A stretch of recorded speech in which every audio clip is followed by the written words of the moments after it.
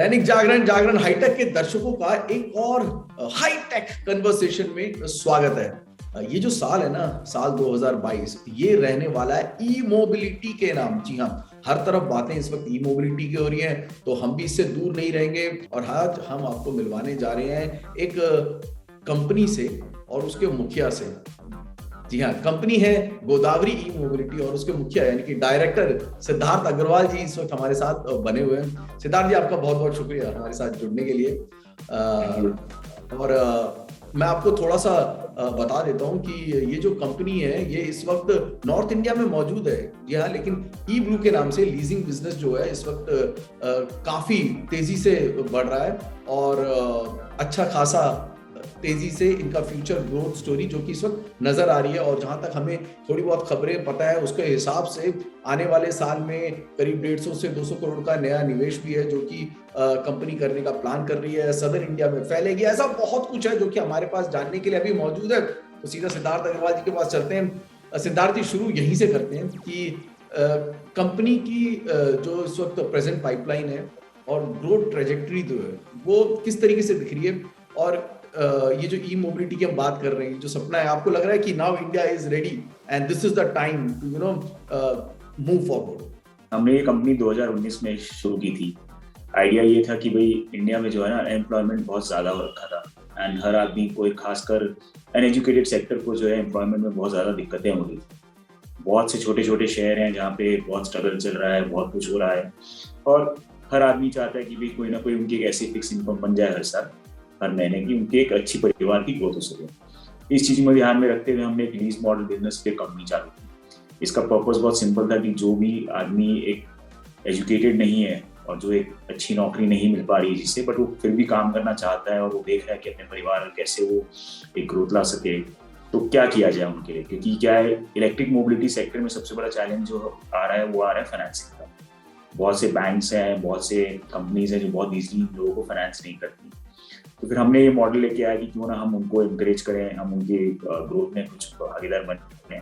और फिर हमने एक लीज मॉडल निकाला जिसमें हम उनका इंटरव्यूज कंडक्ट करते हैं, कुछ केवाईसीज करते हैं और एक मिनिमम सिक्योरिटी डिपॉजिट के अगेंस्ट हम उनको एक व्हीकल दे देते हैं। मॉडल बहुत अच्छा रहा। 2019 में जून में इसकी शुरुआत हुई थी और अभी तक हमने करीबन 1200 एम्प्लॉयज कस्टमर्स इसमें एक्वायर किए हैं। बीच में कोविड के जरूर लास्ट ईयर हमें काफ़ी परेशान किया और 4 से 6 महीने तक के ये काम एक तरीके से पूरी तरीके से रुक गया था, बट अब वापस ये ट्रैक पे आया है। और पिछले 5 महीने में हमने करीबन 500 नए कस्टमर्स और एक्वायर किए हैं इसमें। और करेंटली अभी हम नॉर्थ इंडिया में फोकस करते हैं, नॉर्थ एंड सेंट्रल इंडिया में फोकस करते हैं। इन्होंने इसको हमने 7 राज्यों में अभी शुरुआत की है। करीबन 40 डीलर्स नेटवर्क बनाए हैं हमने इसमें। 40 डीलर्स के थ्रू ये सारा नेटवर्किंग किया जा रहा है और डीलर्स के पास वो कस्टमर जाता है, अपनी एप्लीकेशन फाइल करता है और एक प्रोसेस के तहत हम उसको गाड़ी दे देते हैं। मॉडल सिंपल है, आप डेली चलाइए, आप जितनी अर्निंग्स कर रहे हैं उसका मुझे एक मिनिमम रेंट जो हम बोलते हैं वो एक रेंट आप मुझे डेली बेस पे कर दीजिए। उसके लिए हमने कुछ एयरटेल मनी हो गया उनके साथ टाइप किया है पेमेंट मोड के लिए, कुछ और भी कंपनी जिनसे टाइप किया है, तो वो इजीली जाके अपना रेंट जो है ना हमें उस माध्यम से हमारे तक पहुँच जाता है। उसमें हमने गाड़ियों में उनको काफ़ी कुछ फीचर्स भी दिए हैं ताकि वो अपनी बैटरी को ट्रैक कर सकें, अपनी व्हीकल्स को ट्रैक कर सकें, व्हीकल्स को सिक्योर कर सकें, व्हीकल्स को मेंटेन कर सकें। हमारा सर्विस नेटवर्क पूरा बना हुआ है उन डीलर्स के साथ, तो पूरी व्हीकल्स की मेंटेनेंस जो है हमारी जवाबदारी होती है। हमने उनके इंश्योरेंसेस लिए हुए हैं साथ में, तो काफ़ी एक रोबस्ट मॉडल है, इसकी पॉपुलैरिटी काफ़ी अच्छे से बढ़ रही है। बट इवेंचुअली जब हम इसको एक्सपैंड करने लगे तो हमें एक चीज़ ये ख्याल आया कि भाई अभी हम कुछ बना नहीं रहे हैं, खाली किसी से खरीद रहे हैं गाड़ी और हम उसे लीज पे चला रहे हैं। तो अल्टीमेटली मेरा कंट्रोल कहाँ पे है? तो उस कंट्रोल पे, क्योंकि एक प्राइस सेंसिटिव मार्केट है, ई मोबिलिटी बहुत तेजी से इंडिया में ग्रो कर रहा है, उसकी पॉलिसीज में काफ़ी कुछ चेंजेस आ रहे हैं, बदलाव आ रहे हैं। तो कहीं ना कहीं आप जब एक बिजनेस मॉडल को रन करते हैं तो आपको कहीं ना कहीं उसका एक पूरा कंट्रोल भी चाहिए होता है।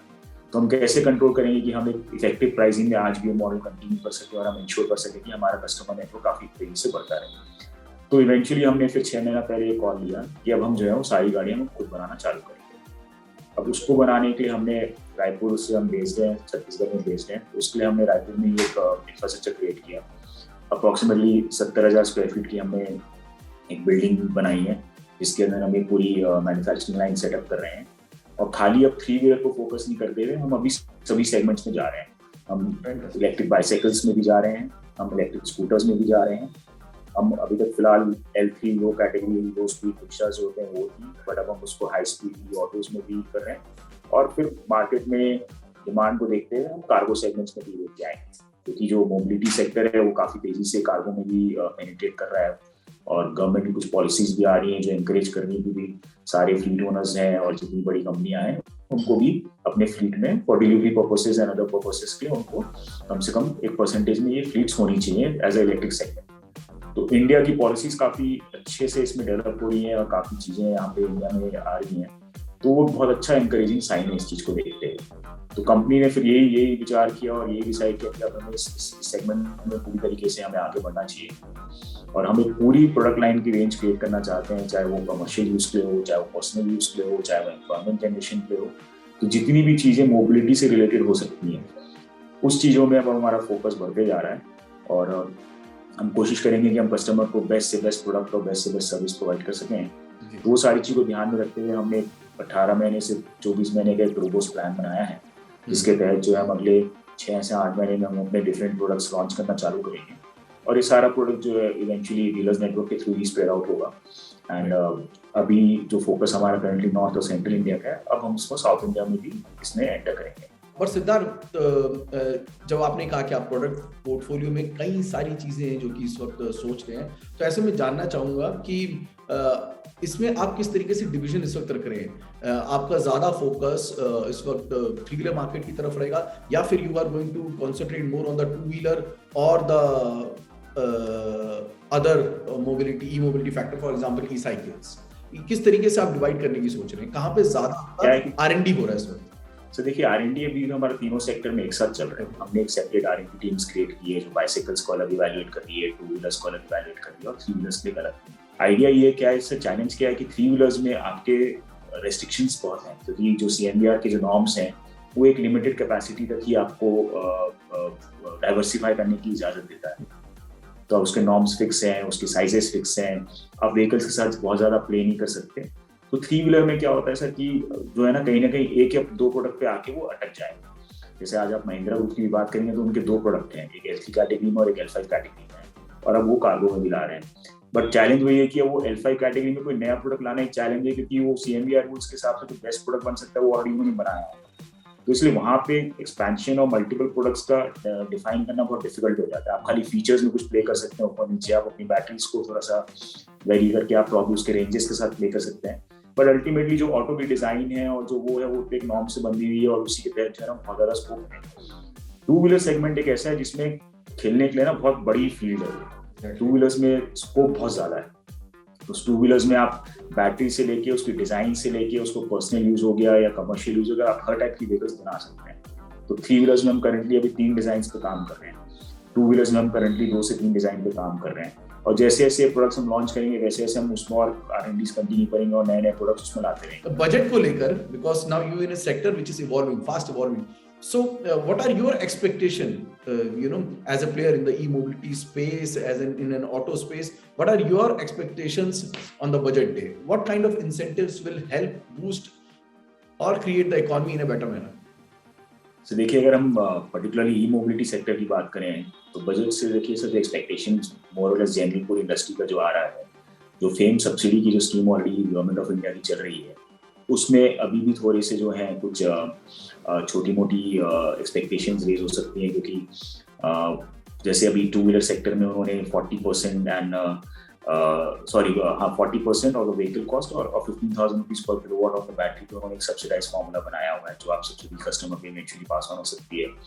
वैसे सिमिलरली 3 व्हीलर सेक्टर में भी कुछ उन्होंने सब्सिडीज बनाई हुई है। उसमें हमें उम्मीद है कि शायद हो सकता है कि उस रेंज को थोड़ा सा बढ़ा दें, क्योंकि अल्टीमेटली सर अगर आप देखेंगे तो इलेक्ट्रिक मोबिलिटी का सबसे बड़ी जो जान है वो उसकी बैटरी और बैटरी के रिलेटेड उसका बेसिकली माइलेज।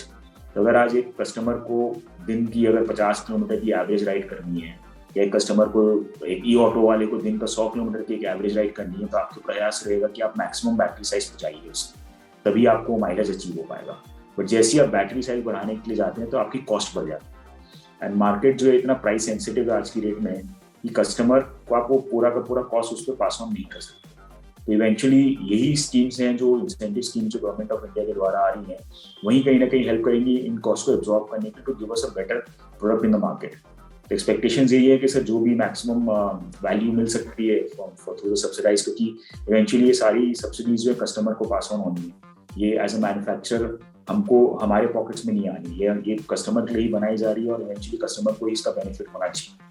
तो आइडिया ये है कि इसको मैक्सिमाइज किया जाए ताकि उससे जो हम ज़्यादा से ज़्यादा कस्टमर इस सेक्टर में मूव होने में उनको कंफर्ट मिल सके।